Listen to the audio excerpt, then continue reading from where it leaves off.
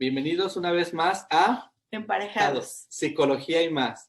Pues bueno, hoy tenemos presentado aquí al doctor Juan de Dios Martínez Losornio. Bueno, él es licenciado en filosofía por el Centro de Estudios Filosóficos Tomás de Aquino, maestro en filosofía por la Universidad de Guanajuato, con estancia en investigación en la Universidad de Málaga en España.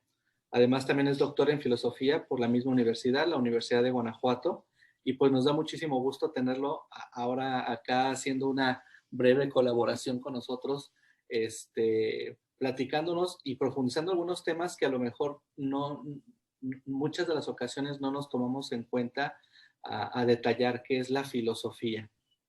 Pues bienvenido. Muchísimas gracias por invitarme. Yo encantado de colaborar con ustedes. Gracias. Pues el objetivo de esto es que también nos puedas platicar un poquito de la filosofía y verla desde otra perspectiva para la funcionalidad de la vida. Ok.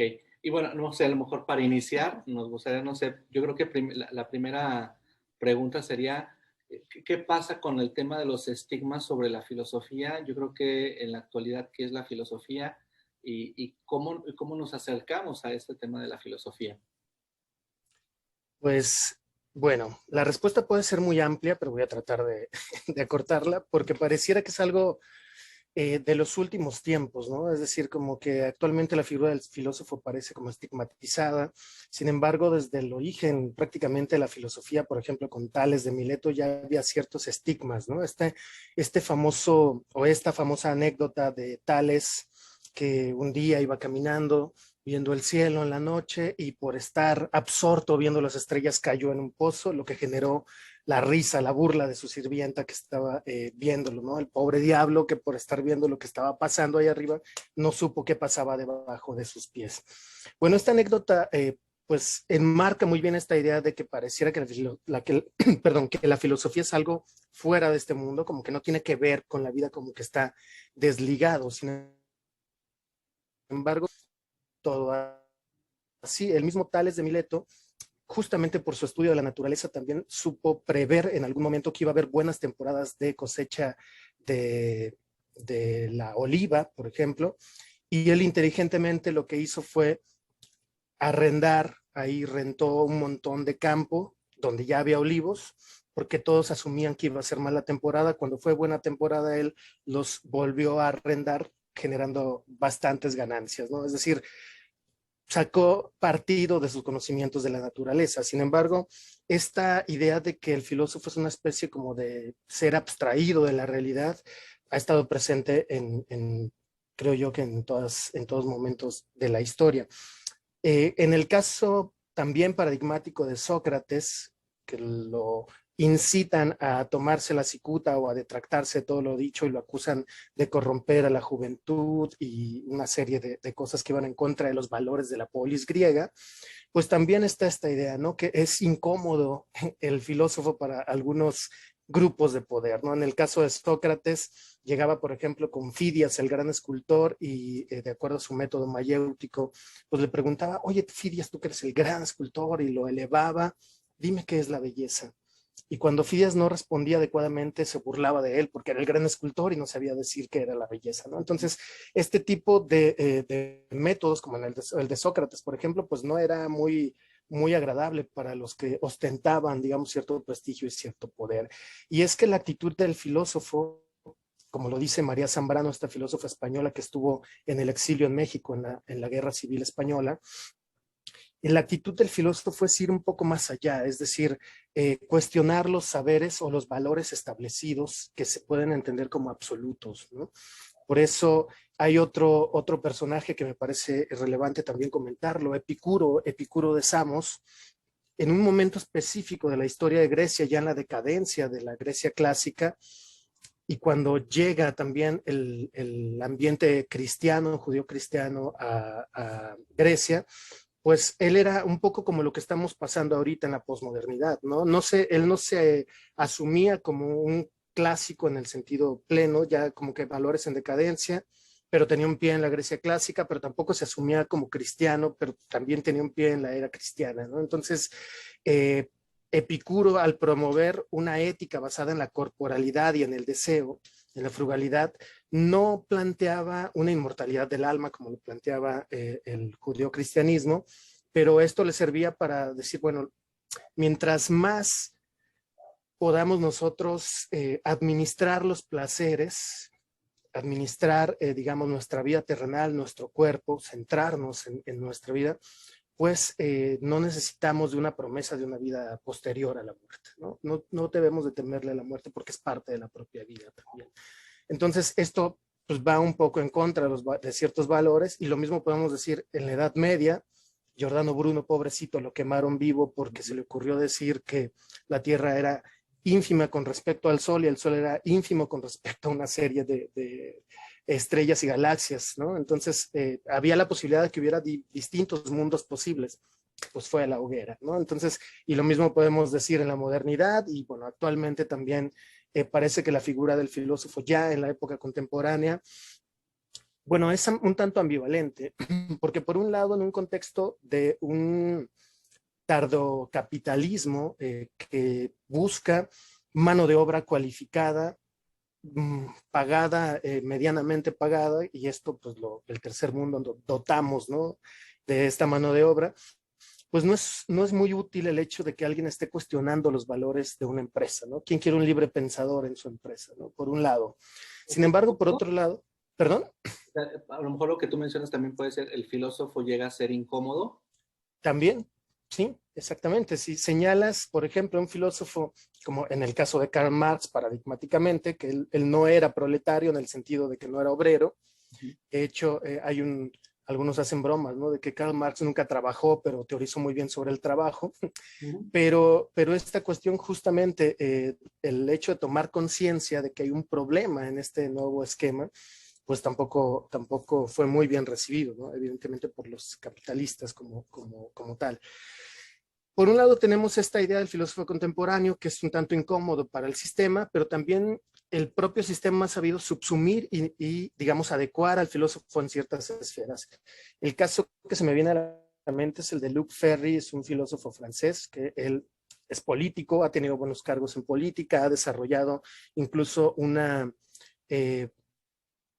no sé si reforma educativa, pero bueno, ha formado parte de todo el esquema de la renovación educativa de Francia y demás. Por otro lado, también tenemos, por ejemplo, casos como en Silicon Valley, por ejemplo, Google está desarrollando inteligencia artificial y tenemos un problema con la inteligencia artificial. El problema que tenemos, bueno, si no podemos entender del todo la inteligencia natural, para empezar, no hemos sabido todavía darle una respuesta clara y concisa a la pregunta ¿qué es la conciencia y cómo se une la conciencia con el cuerpo? Todavía no lo podemos decir así a cabalidad, por eso están las neurociencias con la filosofía de la mente, con algunas ciencias cognitivas y demás tratando de descifrar eso, ¿no? Pero por otro lado tenemos el problema de que la inteligencia artificial ya en teoría puede tomar decisiones autónomas y entonces entra un problema ahí que choca con la ética.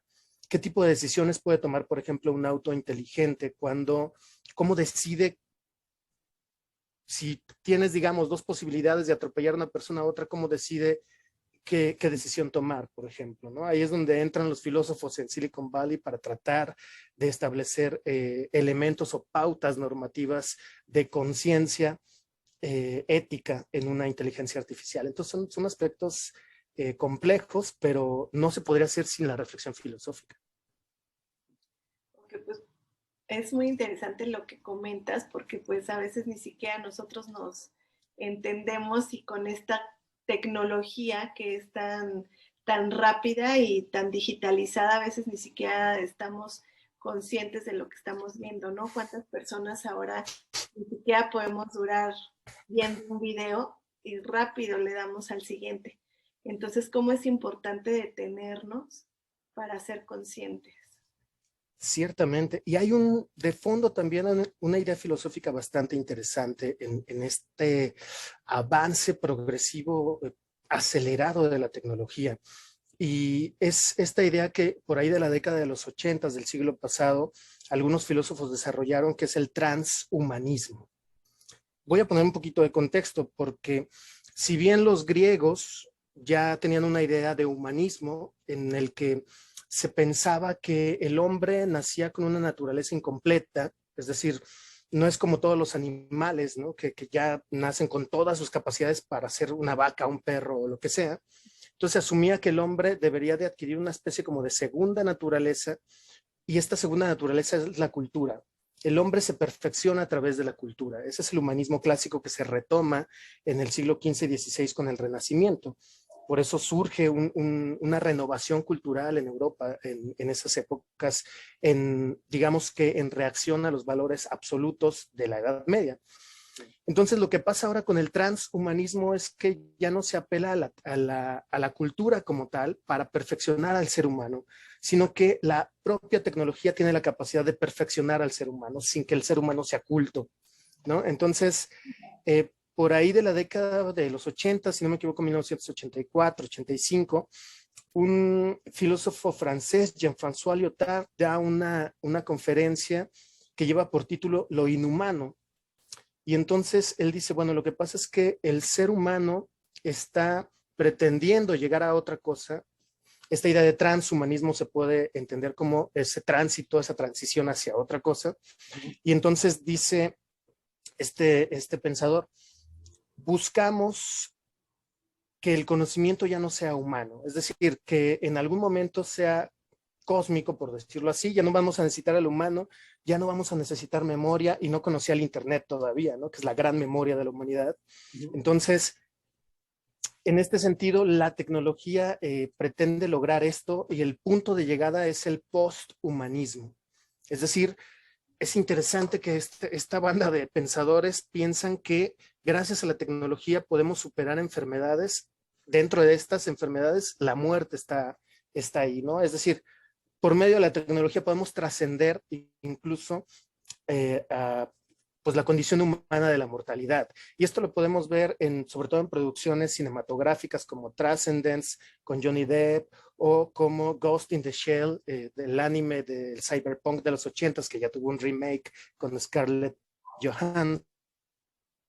Y podemos ver un montón de situaciones distópicas que tienen que ver con esto, ¿no?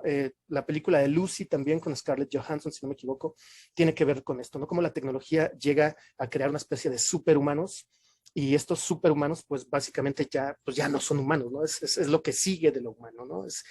Y entonces, pues para allá vamos, porque hace, no sé, ¿qué te gusta? Unos 6, 7 años, yo estaba escuchando una entrevista que le hicieron en ese entonces al CEO de Google, y él decía que para el 2030 más o menos van a lograr ya desarrollar el fenómeno de la singularidad y otras cosas. El hecho de que un software en la web pueda tener autoconciencia, pueda ser consciente de su propia existencia. Pues eso, al parecer, nada más pensamos que nada más los seres humanos tenemos esa capacidad, ¿no?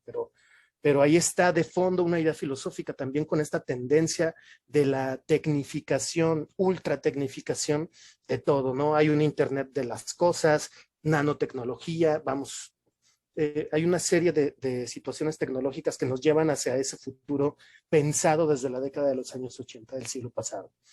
Entonces, por ejemplo, ahí, Juan, lo que nos estás acercando a que el tema de la filosofía tiene como dos vertientes, ¿no?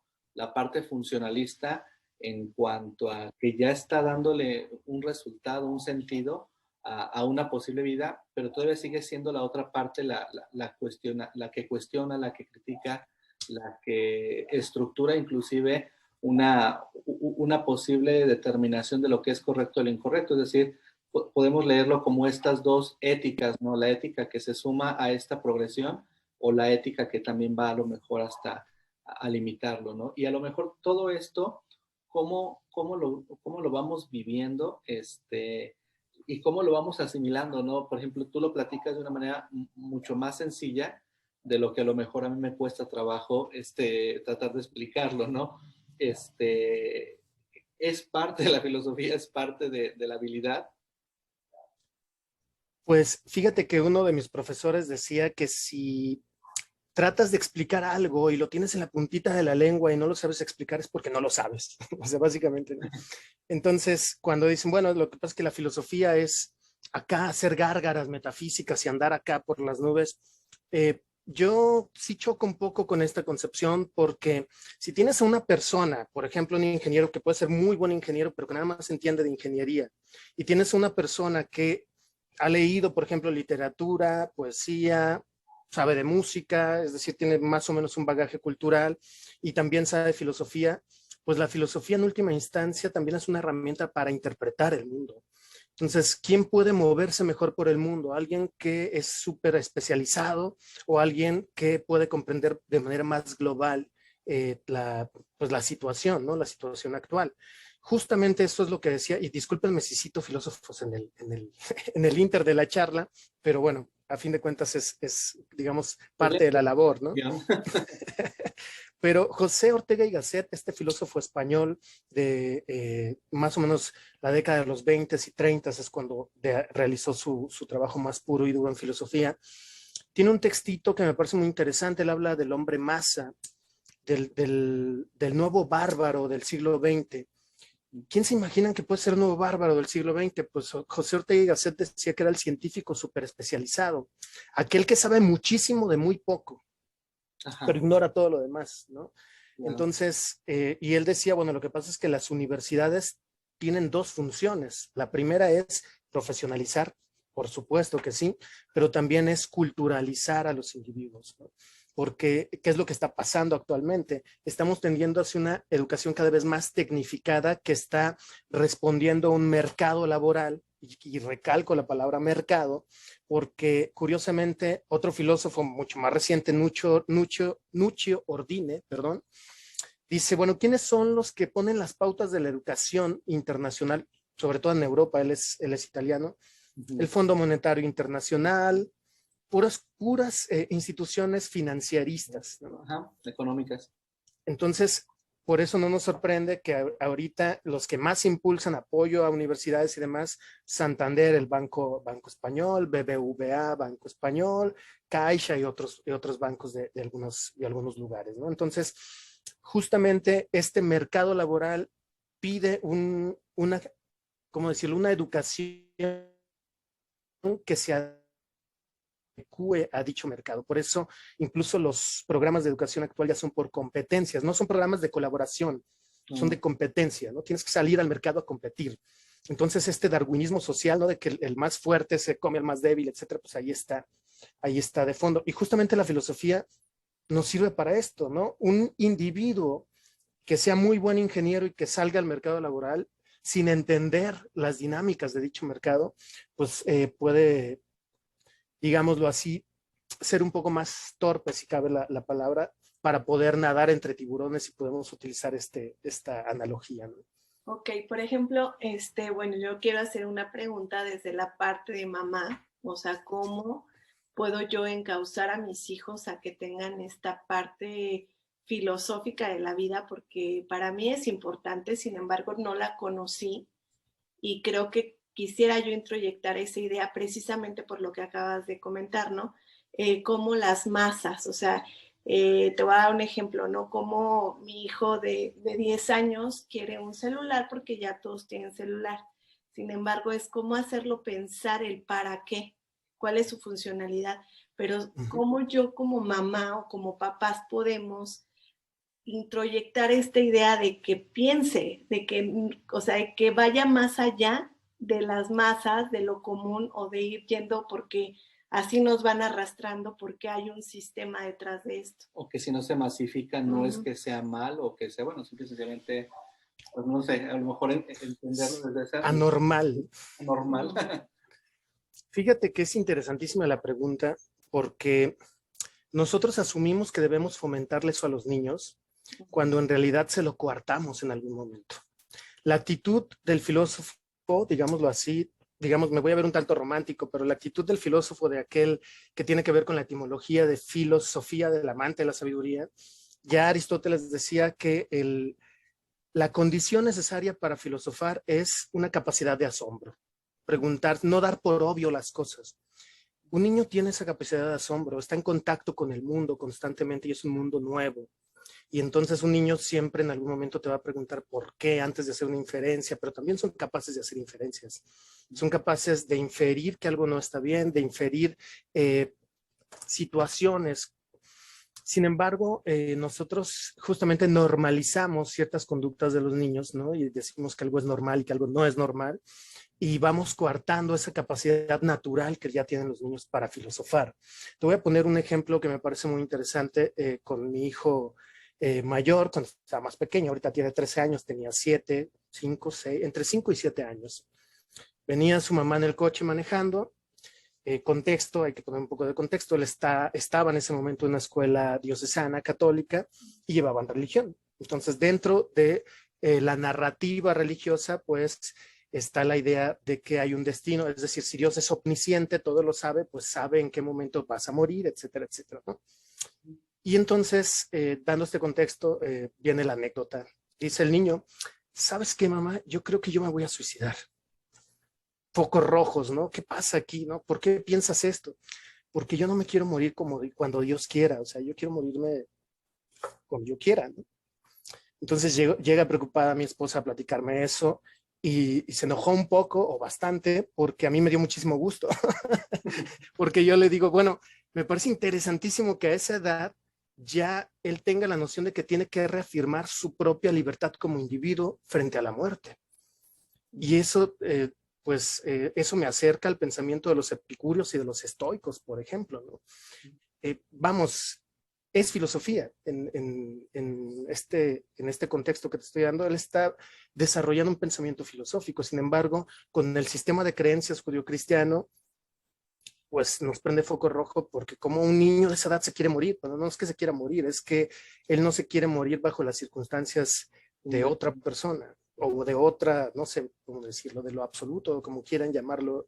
Él lo que planteaba es, bueno, si me voy a morir, pues me gustaría que fuera como yo decidiera, ¿no? Entonces, ya desde ahí nosotros también vamos pautando qué pueden pensar, qué no pueden pensar.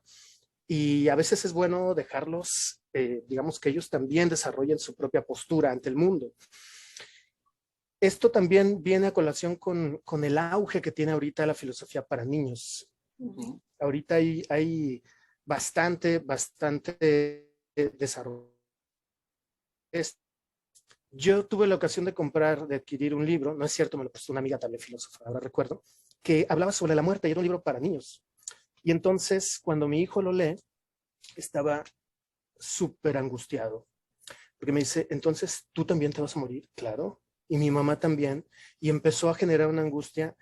Curiosamente, Martin Heidegger, este filósofo alemán del siglo XX, dice que el sentimiento natural ante la muerte es justamente ese, la angustia, ¿no? Y hace una fenomenología de la angustia, ¿no? y de diferentes sentimientos.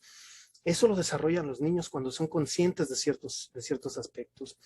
Lo que nosotros tenemos que hacer es renovar nuestra capacidad de asombro para entender cómo ellos van a llevar el proceso de entendimiento en lugar de meterlos en un cajón de qué es lo que se debe o no pensar. ¿Me explico? Y muchas veces nosotros... ¿no? Exacto. Perdón, Juan, y una pregunta aquí me viene, perdón que te lo pregunte en este espacio, me llama la atención. ¿Qué literatura para desarrollar esto con nuestros hijos? Entiendo que la capacidad de asombro es innata en muchas de las situaciones y que a lo mejor se puede potencializar desde el ejemplo, inclusive de nosotros como padres, pero, por ejemplo, ya ir intencionando algo, por ejemplo, ahorita hablas de Heidegger y cómo hace la fenomenología de la angustia. ¿Cómo yo hacerle entender a mi hijo, cómo él desarrollar esa inquietud de dónde puedo buscar más de este conocimiento? Porque mencionabas que un tema de filosofía para niños y viste el libro y generó una angustia. O sea, ¿qué literatura es? ¿Qué literatura recomiendas? Hay varias editoriales bastante interesantes que lamentablemente no son baratas. Esa es una de las situaciones, pero con internet podemos encontrar absolutamente de todo, ¿no? Hay una colección que se llama Pequeños Platones, si no me equivoco, se llama, y entonces viene La duda metódica de René Descartes a manera de cómic para niños. Editorial Herder también sacó, por ejemplo, Así habló Zaratustra de Friedrich Nietzsche en cómic, en viñetas, El Capital de Karl Marx en cómic, bien lo puede leer un adolescente sin ningún problema. Y entonces hay editoriales que sí se han preocupado un poco por, digámoslo así, facilitar la lectura de estos tópicos para niños. Evidentemente hay lecturas filosóficas que son mucho más abstractas y mucho más complejas. Yo me imagino que leer a Hegel es imposible, si lo es para un estudiante de filosofía y para un profesional de la filosofía, evidentemente para un niño también. Pero hay ideas fundamentales que se pueden entresacar y planteárselas a los niños, ¿no? Como por ejemplo, la cuestión de la dialéctica, por ejemplo, por decir algo, ¿no? En Hegel esta cuestión de que así se dice, ¿no? Hay una tesis, una antítesis y una síntesis en la historia, ¿no? Pues podemos ver incluso en la misma evolución de la vida de un niño. Es niño, adolescente, adulto, y entonces hay movimiento, hay cambio, y cada etapa, al parecer, pues va negando a la etapa anterior, ¿no? Entonces hay una evolución ahí y se sintetiza con la comprensión de tu propia vida como adulto, si se puede, digamos, se me viene a la mente ahorita una analogía de ese tipo. Pero son cosas que los niños entienden y nosotros a veces asumimos que no nos van a entender, ¿no? Y más bien pareciera que el de los prejuicios de conocimiento somos nosotros y no los niños. Okay. Y perdón, me salió un poco de la pregunta, pero en el caso concreto que planteabas, la cuestión de la tecnología y del uso de la tecnología y demás, sobre todo ahora que los niños que son nativos digitales, o sea, literalmente he visto yo a bebés que no tienen ni siquiera capacidad de habla, pero ya saben cómo picarle al teléfono para poner un video en YouTube, ¿no? Por ejemplo. La cuestión es, pues digo, nosotros como migrantes digitales que tenemos el conocimiento de ambos mundos, pues también debemos de normar un poco eso, ¿no? Vamos, si nada más le sueltas el dispositivo a tu hijo sin ningún tipo pues de observación, seguramente se va a abstraer, ¿no? Y actualmente hay estudios que aseguran que es tan adictivo Facebook, Twitter o cualquier red social que cualquier droga, por los estímulos inmediatos que da y demás, ¿no? Entonces, es bueno, por ejemplo, de vez en cuando, yo creo que ustedes lo hacen, ¿no? Salir a pasear, cuestionar algunas cosas, en lugar de ver la tele, un juego de mesa que no tenga nada que ver con una red social o lo que sea. Y esas son cuestiones de vivencia familiar que se van desarrollando, creo yo, de manera cotidiana, pero el hecho que siempre recomiendan los expertos es poner siempre horarios, establecer ciertas normas, porque a veces también nosotros obviamos que como hay tecnología, pues hay que hacer uso permanente, indiscriminadamente de la tecnología, y a veces es bueno, ¿no? Porque dicen, ya me aburrí, qué bueno que te aburras, es mi respuesta, porque el tedio es parte de una vida mental saludable, ¿no? Las mejores cosas han salido del tedio, ¿no? El tedio también nos lleva a ser creativos en algún momento. Y uno pone, no es que uno diga como luego a veces decían nuestros papás, es que en mis tiempos era mejor. No, pero pues yo no necesitaba internet para pasármela a todo dar cuando era niño, ¿no? Y tú, ¿por qué sí lo necesitas? Entonces, esta cuestión del acompañamiento generacional pues es importante. El detalle es que a veces también nosotros estamos tan absortos en el dispositivo porque ya también es una herramienta de trabajo, ya tienes que atender un montón de cosas por medio del dispositivo y eso pues también ellos lo ven, ¿no? También ellos ven que uno está ahí, pero, pero también es bueno plantear justamente esta cuestión. De repente nos ha pasado, hay un apagón, ya no hay energía eléctrica, no hay internet, no hay televisión, no hay nada. ¿Qué vamos a hacer? Desempolvas el juego de mesa, no sé, vámonos a pasear, vámonos a correr, no sé. Las mismas circunstancias van marcando ciertas pautas, ¿no? De convivencia con los niños, pero también ellos van viendo hacen sus propias inferencias, ¿no?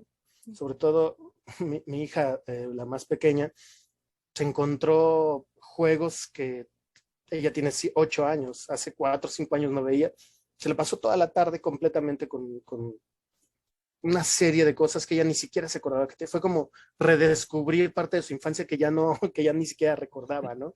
Porque precisamente la tableta, el teléfono, el internet, YouTube, y sobre todo los contenidos que hay, que no aportan mucho en algunos casos, ¿no? Son muy nihilistas incluso. Ok. Y por ejemplo, ya a lo mejor para ir cerrando, Juan, a lo mejor la pregunta es, pues, a lo mejor me viene mucho a la mente es, mi hijo quiere ser filósofo, cómo quitar ese estigma, ¿no? De repente, de que luego a lo mejor fue hasta generacional. Tú mencionabas que tiene 2500 años siendo un estigma el del filósofo por el tema de ser incómodo, de ser diferente, pero que a lo mejor también, y que en el funcionalismo capitalista, materialista en el cual estamos inmersos, pues muchas de las ocasiones no es.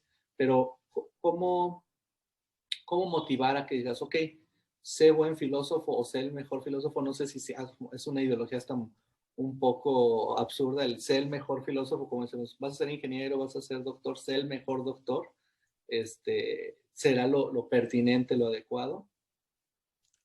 Pues yo creo que fíjate, volvemos a lo mismo, ¿no? Nosotros ponemos esas etiquetas porque ser el mejor implica un concepto de éxito.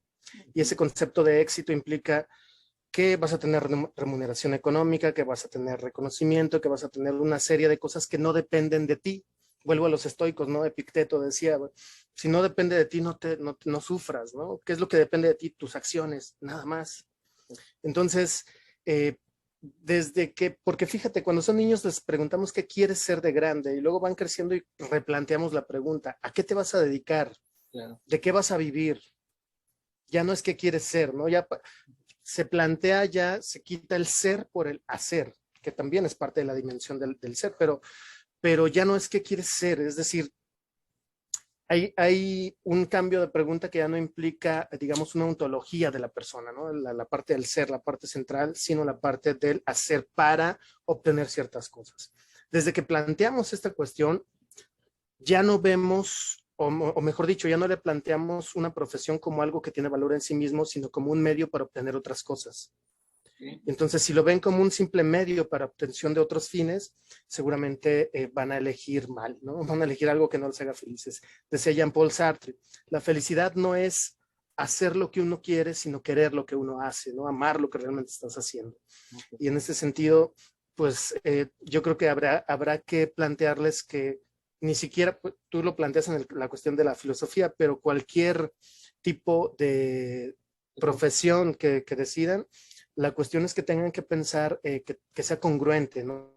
Con lo que ellos piensan, dicen y hacen, ¿no? No nada más el hacer, sino todo lo que implica, pues sí, el comprometerte con algo por el resto de tu vida. Porque elegir implica renunciar a todo lo demás, ¿no? Y hay que saber elegir. En ese sentido, apelaría yo más bien a tratar de hacer una pedagogía de la elección, de la libertad de elección. Ok. Pues yo creo que con esta parte o este cierre nos dejas como para un segundo capítulo, o a lo mejor focalizar toda esta parte de la parte pedagógica, que yo creo que es sumamente interesante, que tocaste el tema de visualizar la educación como un bien material, un negocio, y que ya cuando entra el negocio, pues sí nos termina dejando de lado el tema del conocimiento o la finalidad propia de derribar ciertos dogmas, que también es parte de la educación como tal. Entonces, así es. Pues no sé, Karen. No, pues te agradecemos que estés aquí con nosotros, por tu tiempo. Y pues sí, yo creo que este tema da para mucho. Sí, basta, para varios cafés. Varios cafés. Muchísimas gracias. No, al contrario, muchísimas gracias por invitarme. Pues muchísimas gracias, Juan de Dios. Y pues ya saben que si les gustó este video, si tienen más dudas, pueden dejar ahí algo en los comentarios. Recuerden darle like y compartir si también este video les gustó. Así que hasta la próxima.